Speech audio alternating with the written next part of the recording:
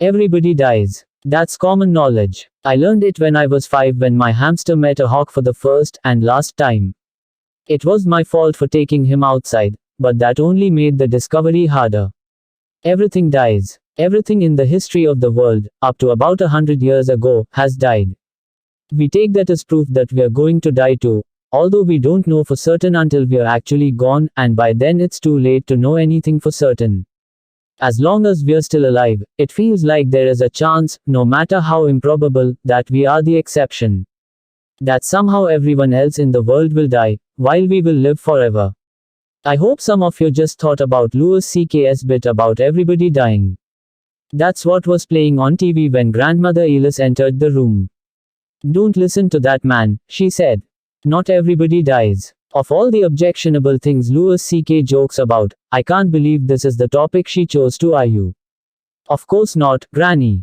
You're not going anywhere. There is Tobias Wade, Com 255. No point in arguing with old people about absolutely anything. Even when they're wrong, they've grown accustomed to being wrong too long for the facts to keep up. Oh, I'm going to die, she said, laboriously sitting down next to me. When you get to 84, you can't put a roast in the oven without wondering if you'll be around to take it out. But not everybody dies. My grandfather is 143 years old.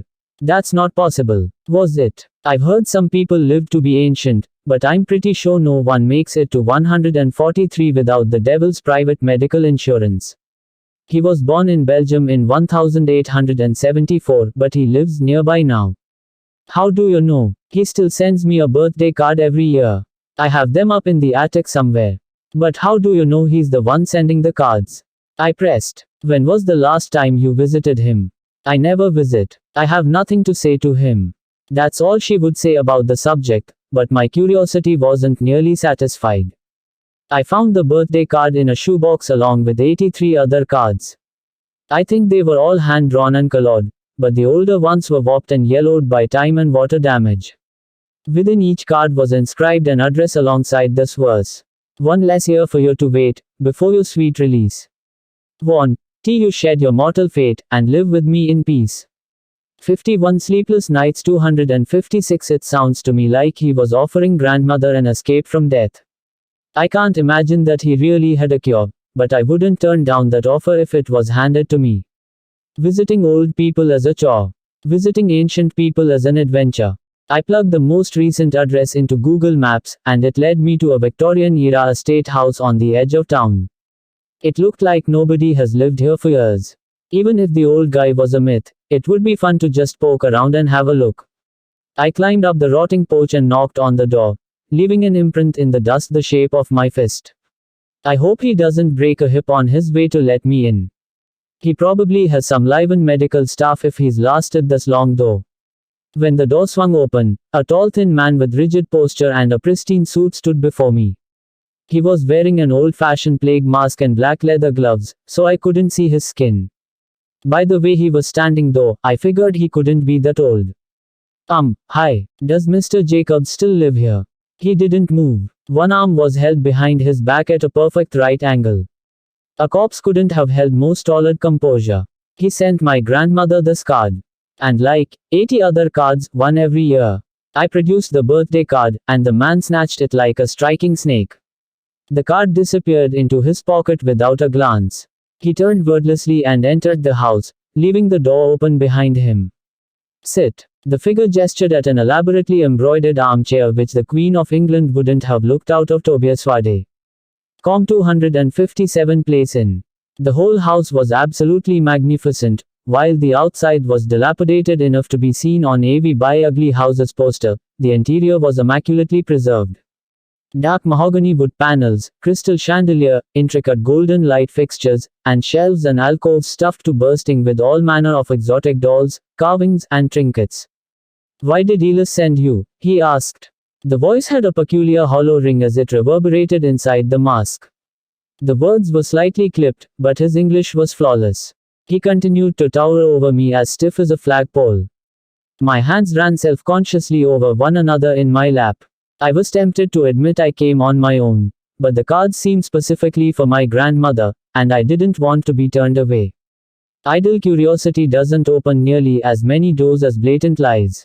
My grandmother, Elis, she wanted me to meet Mr. Jacobs for her. I am Mr. Jacobs. Then, she wanted to let me decide whether to accept your offer. I didn't know what it meant, but it was just vague enough to work. He bent over me, the long nose of the mask practically scratching my skin. The slow intake of breath, was he sniffing me? I fought the urge to be sick when a wave of the thick incense within the mask washed over my face. Apparently satisfied, the man moved to sit across from me on the other side of the marble coffee table. He poured a glass of red wine from a silver decanter for me before pouring another for himself. His long body leaned back, crossing lithe legs with 51 sleepless nights. 258 The dexterity of a dancer. Polished leather shoes flashing softly in the dull light. There is no way this guy is 143 years old. Drink, he said, the thick perfume billowing out of the mask. I'm not old enough to. How old are you, boy? -19. How old are you? Are you old enough to fear death? He asked. I nodded. Then you are old enough to drink. I was getting really uncomfortable at this point. My hands wouldn't sit still. Maybe I was in over my head. I was just curious, that's all. I didn't really believe he was 143 years old. If he really did have a cure for death, why wouldn't my grandmother accept it? I think there's been a mistake. I think I should be going now. I started to stand, but he was faster. He stepped directly over the coffee table and blocked me from getting out of the overstuffed chair. The perfume was intoxicating. I couldn't think straight. Whatever I tried to focus on just blurred out in my mind. All I could see was the piercing red wine taunting me from the table. The only sounds were my beating heart, and his melodic voice echoing from the mask. Is this a game to you, boy? Are you trying to play me? No, sir. I do you seek to fool me? To rob me? To take my secrets, and sell them for your own gain? Tobias Wade, Com 259-I swear I only came because my head was spinning. The crystal chandelier flashed as bright as a lighthouse. The scent was overwhelming. It was all I could do just to avoid throwing up. Even if he weren't blocking me in, I don't know if I could have stood to leave. Because what? Why are you here? Why have you disturbed my home? He was shouting now, at least I think he was. My senses were so saturated with noise and light and smell. I shut my eyes tight. I pressed my hands over my ears so tightly I could feel them pop somewhere deep within my head. I don't want to die. I shouted. I could have said anything else, but that's the only thought my mind could hold on to. Then drink. My eyes were still closed, but I could feel the glass of wine being shoved into my face, spilling over my chest. I grabbed it with both hands and gulped it down like I had been lost in the desert for years. Mr. Jacobs' presence immediately lifted. He must have moved away to the other side of the coffee table again. That all-consuming perfume began to clear from the air, but I kept drinking. I didn't want to die. I don't care what happened to me in that moment. I never wanted to die. Crunch. Something hard slipped into my mouth from the bottom of the wineglass. I opened my eyes. The bottom of the glass was crawling with beetles. I tried to cough, but the one already in my mouth slipped down my throat. I could feel its legs struggling against my esophagus all the way down. Do not worry, child. Mr. Jacobs' voice was soft as a purring cat. You never will. Now go home, and do not return without your grandmother. 51 sleepless nights. 260 I got up and ran. Once outside, I fell to my hands and knees and heaved on the ground. I forced my fingers down my throat, but I didn't need much help to induce the vomiting. The red wine poured out in waves, splattering all over my hands and knees. Still gasping for breath, I ran my hands through my own vomit, searching. It was all liquid. I squeezed the wet dirt with my hands. The beetle hadn't come out. I took off my shirt and pants which were soaked in vomit, and put them in the back of my car. I drove home, trying my best to pretend nothing happened. But it was hard not to think about when I could feel the beetle crawling around in my stomach the whole way back. I don't know what that beetle I swallowed was, but it's doing something to me. The squirming sensation had abated for a while, and I figured it would be digested. I wasn't feeling as nauseous anymore, so it probably wasn't poisonous. I told myself he was just some crazy hermit who got his wrinkled old rocks off by playing tricks on people. It wasn't that my grandmother was afraid of him, she must have just known he was a fraud. I was almost home before the sharp pain in my stomach doubled me over the steering wheel. It was like an ice-cold knife trying to force its way out from the inside. I had to pull off into a gas station to wait for it to pass. The pain quickly faded into a gentle numbness, the sensation replaced by a soft tickling working its way up my chest cavity. I lifted my shirt and fought the urge to be sick again. There was a lump under my skin. And it was moving. Tobias Swade, COM261. I poked at it gingerly, and could feel the hard carapace of the beetle underneath. It must have bitten free from my stomach and begun to crawl around. I briefly considered trying to smash it, but what if I didn't kill it? What if I just made it mad and it went on a rampage inside of me? The lump wasn't moving fast, but it was persistently crawling toward my heart. I took a deep breath and felt it holding onto my rib cage as it expanded and contracted. The hospital. Now, I slowly pulled out of the gas station, trying not to turn the wheel too fast for fear of agitating the beetle. It reacted to even small movements, biting and scratching in protest. I don't care if they made me drink a whole bottle of bleach, I was getting this thing out of me. I pulled right up to the emergency room doors and left my car there. I practically had to crawl up to the desk to keep the beetle still. For every foot I made, it was wriggling a few centimeters closer to my heart. What would happen when it got there? Somebody help me, I shouted, lying down on the ground to keep it still. I stared at my reflection in the polished floor tiles, now damp with the cold sweat flowing down my face. Was I delirious? The face looking up at me couldn't be my own. I was so old. My hair was gray and patchy, my eyes sunken and hollow, and a network of lines mapped the journeys of an unlived life. I tried to touch my skin, but the jerking movement caused the beetle to bite down hard on one of my lungs. I was coughing blood when the nurses lifted me into a stretcher. I slipped in and out of consciousness after that. The nurses later told me that I kept mumbling, I don't want to die. I want to live forever.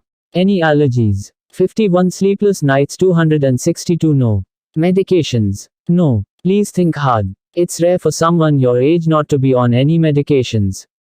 I glared at the doctor who perched on the end of my hospital bed. I don't know how long I've been here, but it was afternoon when I went to visit Mr. Jacobs, but now the morning sun was filling my room. I squinted against it, then back at my doctor. He looked bored and annoyed and fuzzy. I squinted again. I'm 19 years old, I said. The events of the other day immediately came back to me, and I clutched at my chest. Ancient withered hands held loosely together by a mesh of bulbous veins gripped my hospital gown and pulled it open. I couldn't feel any lump, but was this really me?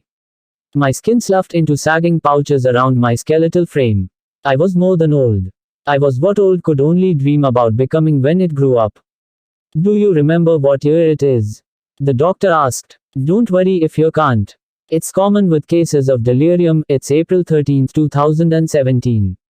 I'm not delirious. I'm 19 years old, and was perfectly healthy yesterday. There's something inside of me which is causing this. Causing what, exactly? He was writing something down in his notepad, but he wasn't really listening. He must deal with a dozen old people every day, each more blithering and nonsensical than the last. But if they could find the beetle and reverse this, Tobias Swade. COM263- I want a full body scan. You've already been checked. It was probably nothing but heat exhaustion which caused you to feel dizzy. I'd like to keep you here through the afternoon and get you rehydrated, and then you'll be as good as ever. Is there anyone you'd like us to notify? My grandmother. He raised a skeptical eyebrow. Just give me the damn phone. Grandmother Elis and I stared at each other. She recognized me the moment she walked in the door. She didn't say a word, just pursed her lips and sat down. She opened her handbag and began fiddling with something inside. I'm sorry, I said. This was all my fault.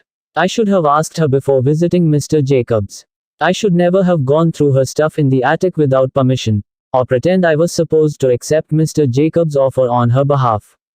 She took out a hand mirror from her purse and held it up to me. I screwed my eyes shut tight. Look at what you've become. I forced myself to look. If I, the old me, had seen someone who looked like I did now, I would have made some cruel joke about old people outliving their usefulness. Now I felt like I wanted to cry, if these puffy old eyes could even do that anymore. My grandfather doesn't know how to extend life, Ela said. He shifts it from one person to another. The only reason he has 51 sleepless nights 264 lasted this long is because he passes his years into a victim who must bear his burden in his stead. So the reason you never accepted his offer, because I couldn't do that to someone else. One lifetime is more than enough if used properly, and 1,000 lives aren't nearly enough when used as he has done. But I only want one life, I swear, I said. And I can get it back, right? All I have to do no. You do not have the right to give your ears to anyone. But I could give them back to Mr. Jacobs. She shook her head. You will not win. He has been doing this for over 100 years. If you go back to him, he will only add to your ears until you've been turned to dust. He told me not to return without you. If you accept his deal, grandmother Elis put her mirror away. I hated how much her hands were shaking. I'm sorry. I can't do it. Please don't leave me like this, I said. There's hardly anything left of you to leave, and she was gone. I wanted to say more, but my words caught on a dry itching in my throat. I felt like I was suffocating. And if that had been the end, I would have accepted it. I'd rather die than live like this. But the itching turned into squirming, and the squirming into thrashing. I clutched at my throat, but I was helpless as the Tobias Wade, COM 265 beetle crawled up my trachea and out of my mouth. It plopped down into my lap, and I held it in my hands. But these weren't my ears, this wasn't my fault. If I could just pass them off to someone else, then, I'd rather die than live like this. But I'd rather live forever than either.